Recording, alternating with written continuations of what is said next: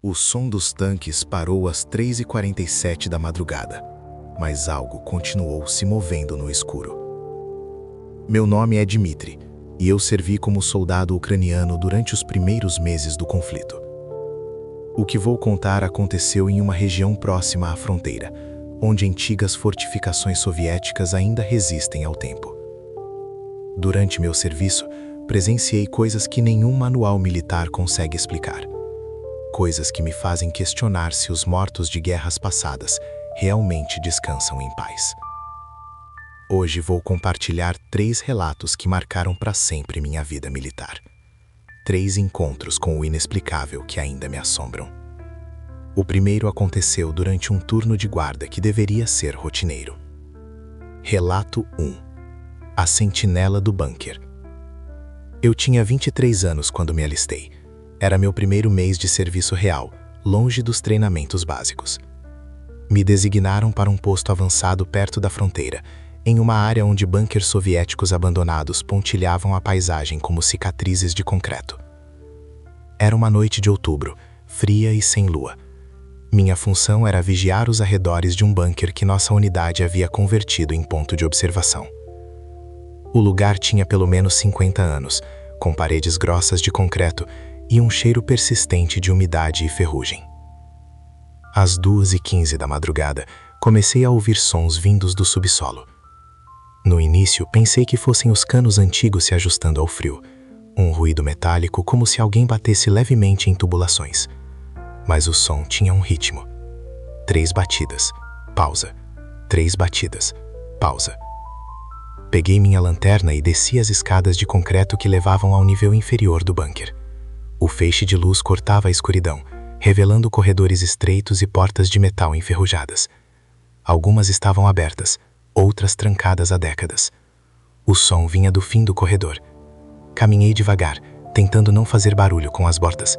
A cada passo o ar ficava mais gelado. Meu hálito formava nuvens densas na frente do rosto. Chegando ao fim do corredor, descobri algo que não constava em nenhum mapa militar que havíamos recebido. Uma passagem. Uma abertura no concreto que levava a túneis mais profundos. O som parou no momento em que encontrei a passagem. Silêncio absoluto.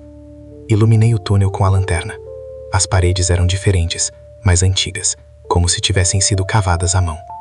Havia pegadas na terra úmida, pegadas de botas militares, frescas. Impossível. Nosso destacamento era o primeiro a ocupar aquele bunker em anos. Entrei no túnel. Não sei por que fiz isso. Talvez curiosidade militar, talvez estupidez. O túnel se estendia por uns 20 metros antes de se abrir em uma câmara circular, e foi ali que vi. Uma figura estava de costas para mim, curvada sobre o que parecia ser um mapa espalhado no chão.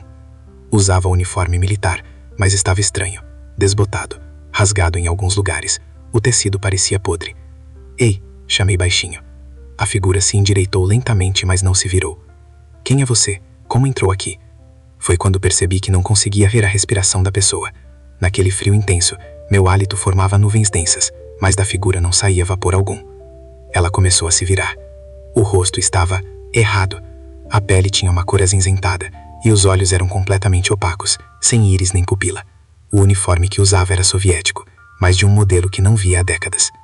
A boca se abriu e ele começou a sussurrar coordenadas em russo.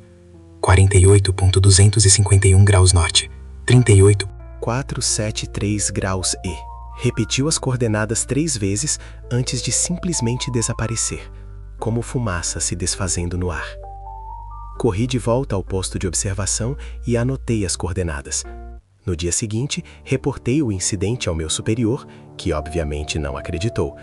Mas as coordenadas eram exatamente onde nossa unidade foi atacada 48 horas depois.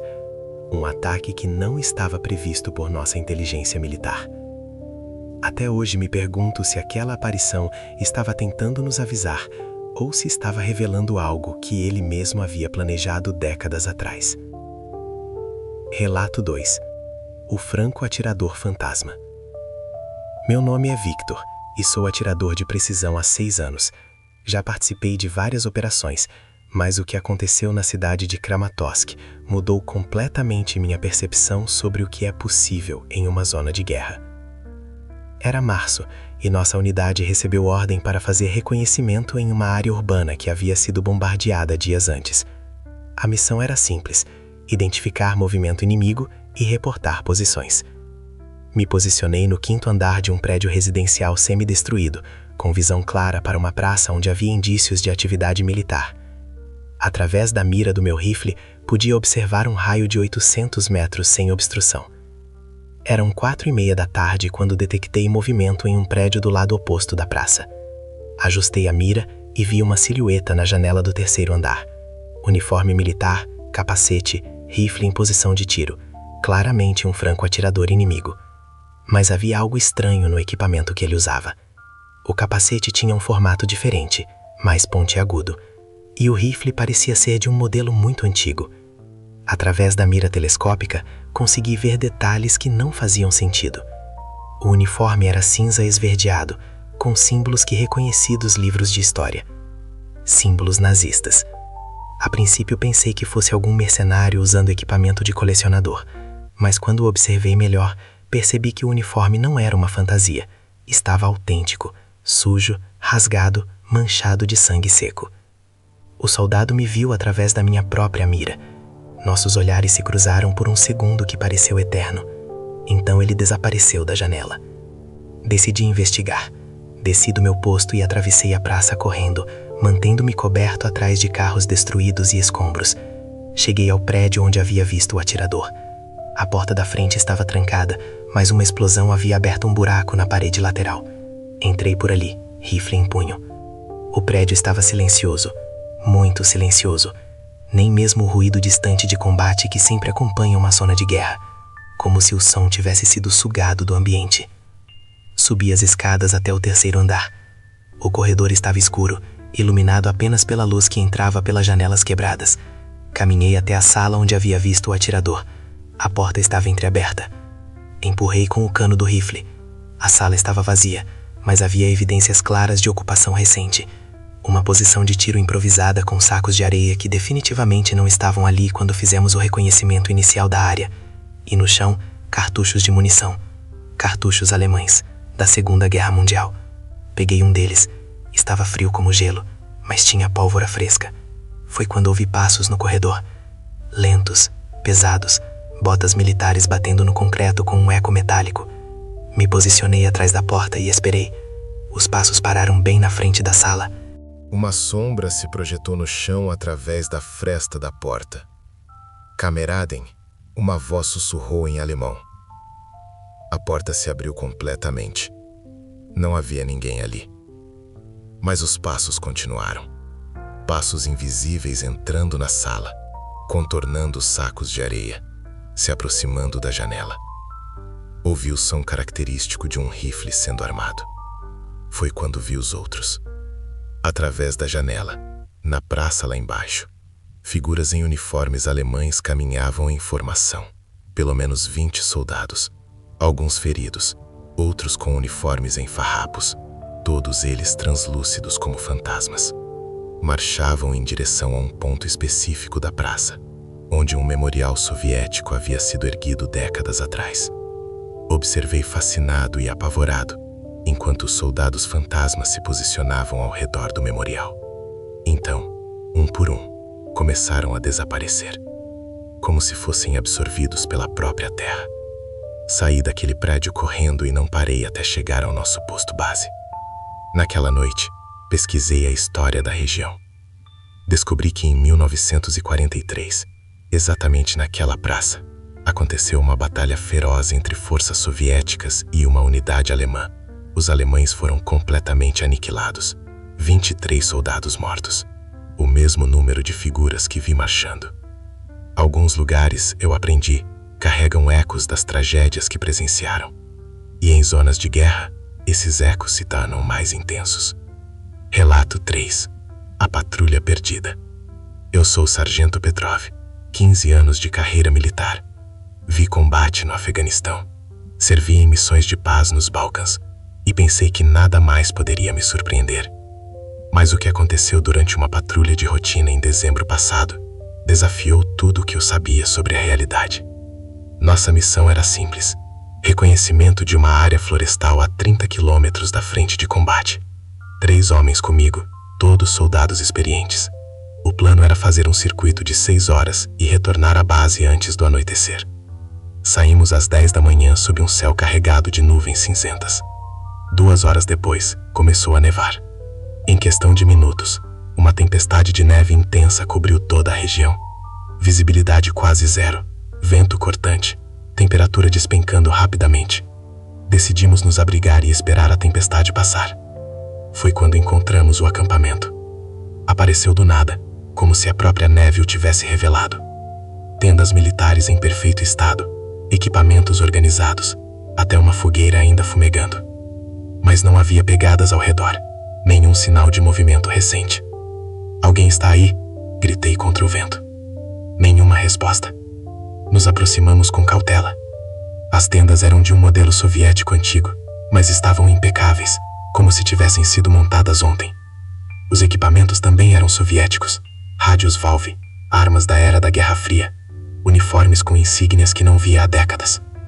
Entramos na tenda principal para nos proteger do frio. Havia mapas espalhados sobre uma mesa dobrável. Mapas da região, mas com marcações estranhas. Posições militares que não existiam mais. Nomes de unidades que haviam sido dissolvidas nos anos 80. "Sargento", disse o soldado Kozlov, meu radiooperador. "Tem alguém vindo." Olhei através da abertura da tenda. 4 soldados se aproximavam através da neve. Uniformes soviéticos completos, equipamentos pesados, marchando em formação cerrada. Quando chegaram mais perto, pude ver seus rostos. Jovens, muito jovens. E seus uniformes não tinham uma única marca da tempestade que assolava a área.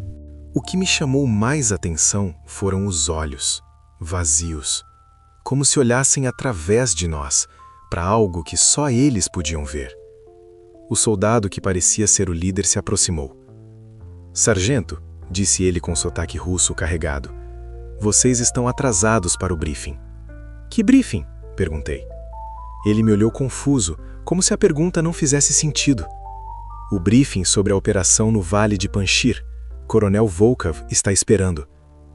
Panjshir, vale no Afeganistão, onde houve combates intensos durante a invasão soviética nos anos 80. "Soldado", respondi cuidadosamente, "que ano vocês acham que é?" 1984, sargento. 15 de dezembro de 1984. Meu sangue gelou. Era 15 de dezembro, mas de 2022.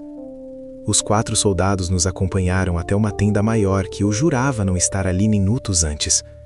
Dentro, pelo menos 15 homens estudavam mapas e discutiam táticas, todos em uniformes soviéticos impecáveis, todos falando sobre uma guerra que havia terminado décadas atrás.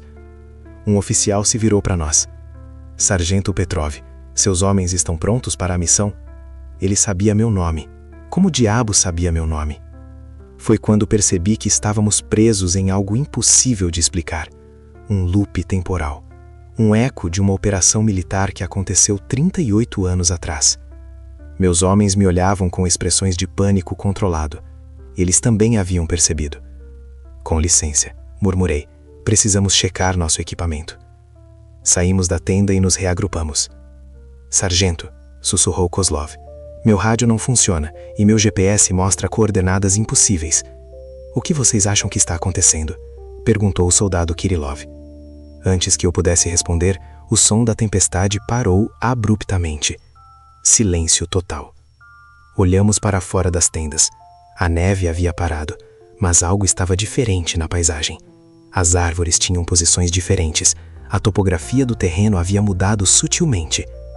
Era como se tivéssemos sido transportados não apenas no tempo, mas também no espaço. "Precisamos sair daqui, agora", ordenei. Começamos a caminhar na direção que acreditávamos ser a base, mas a cada passo a sensação de déjà vu ficava mais intensa, como se estivéssemos caminhando em círculos através do mesmo trecho de floresta. 2 horas depois, encontramos o acampamento novamente. As mesmas tendas, os mesmos soldados, a mesma conversa sobre operações no Afeganistão.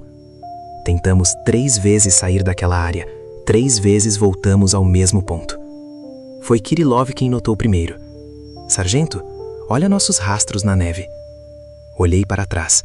Nossas pegadas formavam um padrão circular perfeito, como se estivéssemos caminhando em uma roda gigante e invisível. Isso é impossível, murmurou Kozlov. Na quarta tentativa de escapar, algo diferente aconteceu. A tempestade voltou com força total, mas desta vez parecia estar nos empurrando em uma direção específica. Nos deixamos levar pelo vento, caminhando contra a nossa orientação militar básica. E funcionou. Após uma hora de caminhada forçada, a tempestade parou e reconhecemos marcos familiares da nossa rota original. Chegamos à base às 23h45, 12 horas após nosso horário previsto de retorno.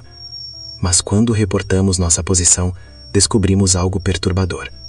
Nossa patrulha havia sido dada como desaparecida há 3 dias. Segundo os registros oficiais, tínhamos saído para a missão na segunda-feira, mas voltamos na quinta-feira. Havíamos perdido 72 horas, que para nós pareceram apenas 12. Até hoje, não temos explicação para o que aconteceu naquela floresta. Pesquisei os arquivos militares e descobri que em dezembro de 1984, uma patrulha soviética realmente desapareceu naquela região exata. 4 homens, liderados por um sargento chamado Volkov, nunca foram encontrados. Estes 3 relatos aconteceram na mesma área de operações, dentro de um raio de 50 quilômetros. Desde então, pelo menos 47 soldados de diferentes unidades reportaram experiências similares na região. Avistamentos de militares de épocas passadas, equipamentos anacrônicos, fenômenos temporais inexplicáveis. O comando militar atribui tudo ao estresse do combate, alucinações provocadas pela pressão psicológica da guerra. Mas eu sei o que vi. Nós sabemos o que vivemos. Alguns lugares carregam o peso de todas as guerras que já presenciaram, e quando um novo conflito desperta essas memórias, os mortos de batalhas passadas retornam para lutar mais uma vez. Ou talvez para nos avisar que a guerra é um ciclo que nunca realmente termina. Até hoje, nenhuma explicação oficial foi dada para estes eventos. E talvez seja melhor assim. Afinal, algumas verdades são pesadas demais para serem compreendidas pelos vivos.